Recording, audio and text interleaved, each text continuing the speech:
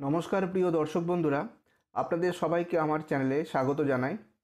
আজকে আমি আপনাকে এই ভিডিওতে বলবো যে আপনি যদি মিউচুয়াল ফান্ডে ইনভেস্টমেন্ট করতে চান তাহলে কি করে করবেন।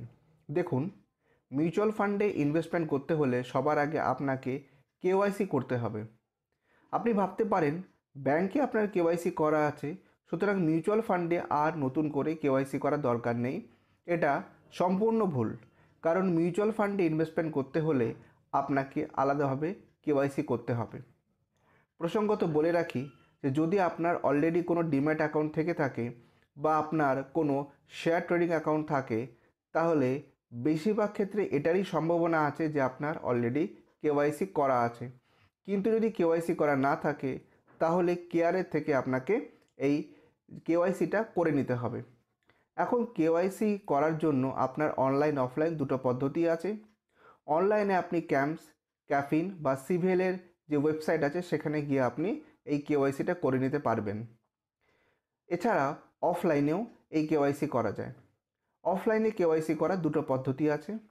প্রথম পদ্ধতি হচ্ছে আপনি ক্যাম্পস বা ক্যাফিন বা আদার যে কেয়ারের এজেন্সি রয়েছে তাদের অফিসে গিয়ে রিকুইজিট পেপারস জমা দিয়ে আপনি এই কেওয়াইসিটা করে নিতে পারেন, অথবা আপনি আপনার নিকটবর্তী যে কোনো ডিস্ট্রিবিউটরের কাছে গেলে তিনি এই কেওয়াইসির কাজটা করে দেবেন।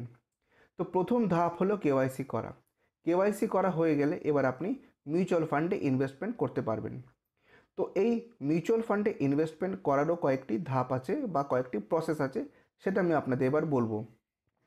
দেখুন, মিউচুয়াল ফান্ডে ইনভেস্টমেন্ট করতে হলে আপনি অনলাইন এবং অফলাইন দুভাবে ইনভেস্টমেন্ট করতে পারেন। প্রথমে বলি অনলাইন ইনভেস্টমেন্ট পদ্ধতিটি কী। দেখুন, বিভিন্ন রকম অ্যাপ রয়েছে। আপনি প্লে স্টোর থেকে সেই সমস্ত অ্যাপ ডাউনলোড করে সেই অ্যাপের মাধ্যমে মিউচুয়াল ফান্ডে ইনভেস্টমেন্ট করতে পারবেন। প্রসঙ্গত বলে রাখি, এই সমস্ত কিছু করার জন্য আপনার নেট ব্যাংকিং বা ইউপিআই থাকতে হবে। তো এই সমস্ত অ্যাপের সুবিধা এবং অসুবিধা কী সেটা আপনাদের জানিয়ে রাখি। এই সমস্ত অ্যাপ ব্যবহার করলে আপনি খুব সহজেই ইনভেস্টমেন্ট করতে পারবেন। এটা যেমন ঠিক, তেমনি এর মস্ত বড় অসুবিধা হলো যে আপনার জন্য কোন মিউচুয়াল ফান্ড বা কোন স্কিমটা সঠিক বা উপযুক্ত সেটা কিন্তু এই সমস্ত অ্যাপ বলবে না। আপনি যে কোনো অ্যাপে যাবেন, সেখানে আপনাকে দিয়ে দেবে ট্রেন্ডিং মিউচুয়াল ফান্ড, বা আপনি এসআইপি করতে চাইলে কী কী এসআইপির জন্য ভালো ফান্ড আছে তারা সাজেস্ট করবে, কিন্তু আপনার জন্য উপযুক্ত কোন ফান্ড সেটা কিন্তু তারা বলবে না। প্রসঙ্গত আমি বলে রাখি যে একই মিউচুয়াল ফান্ড সবার জন্য উপযুক্ত নাও হতে পারে। ধরুন, আপনি একজন রক্ষণশীল ইনভেস্টর, আপনি চান যে ইনভেস্টমেন্ট করে যে রিটার্নটা পাবেন সেটা মডারেট হলেই হলো, কিন্তু ওখানে যে মিউচুয়াল ফান্ডগুলো সাজেস্ট করছে হয়তো সেগুলো অ্যাগ্রেসিভ ফান্ড। কাজেই আপনি যদি এই সমস্ত অ্যাপের মাধ্যমে ইনভেস্টমেন্ট করেন তাহলে ইনভেস্টমেন্ট করার পদ্ধতিটি খুব সহজ হবে ঠিকই, কিন্তু কোন ফান্ডে বিনিয়োগ করবেন তার সিদ্ধান্ত নেওয়া কিন্তু সম্পূর্ণ আপনার ওপরই থাকবে এবং তার ঝুঁকি আপনাকেই বইতে হবে। এটা হলো প্রথম পদক্ষেপ। এবার বলি অনলাইনের দ্বিতীয় পদক্ষেপ বা দ্বিতীয় প্রসেস। এছাড়া আপনি যে কোনো মিউচুয়াল ফান্ড হাউসের ওয়েবসাইটে গিয়ে সেই ওয়েবসাইটে লগ ইন করে আপনি সেখান থেকেও মিউচুয়াল ফান্ডে ইনভেস্টমেন্ট করতে পারেন। এখানেও বলে রাখি যে যতগুলি মিউচুয়াল ফান্ড হাউস আছে প্রত্যেকেই অনলাইনে মিউচুয়াল ফান্ড অ্যাকসেপ্ট করে, কিন্তু এখানেও আপনাকে সে একই জাজমেন্ট ইউজ করতে হবে। মানে আপনি কোন মিউচুয়াল ফান্ডে ইনভেস্টমেন্ট করবেন সেটা সম্পূর্ণ আপনার ব্যক্তিগত রিসার্চ এবং সিদ্ধান্তের উপর নির্ভর করবে। আপনাকে সাজেশন দেওয়ার কিন্তু কেউ থাকবে না।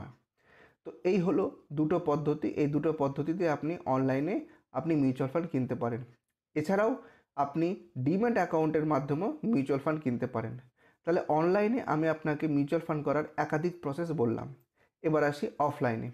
আপনারা যদি অনলাইনে মিউচুয়াল ফান্ড করতে স্বচ্ছন্দ বোধ না করেন বা আপনার ইউপিআই, ফোনপে, জিপে বা নেট ব্যাংকিং না থাকে, তাহলে খুব সহজে অফলাইনেও আপনি মিউচুয়াল ফান্ডে ইনভেস্টমেন্ট করতে পারবেন। এরও আবার দুটো প্রসেস রয়েছে বা দুটো পর্যায় রয়েছে।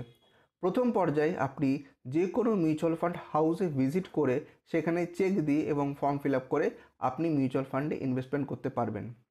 এছাড়াও দ্বিতীয় যে ধাপটি রয়েছে সেটি হলো আপনি নিকটবর্তী যে কোনো মিউচুয়াল ফান্ড ডিস্ট্রিবিউটরের কাছে গেলে তিনি আপনার হয়ে এই সমস্ত কাজটা করে দেবেন। প্রসঙ্গত বলে রাখি, এখানে অনেকেরই একটা ডাউট থাকে যে ডাইরেক্ট প্ল্যান কি, রেগুলার প্ল্যান কি। যখন আপনি ডাইরেক্ট কোনো ফান্ড হাউস থেকে মিউচুয়াল ফান্ড কিনবেন তখন সেটা ডাইরেক্ট প্ল্যানে যাবে।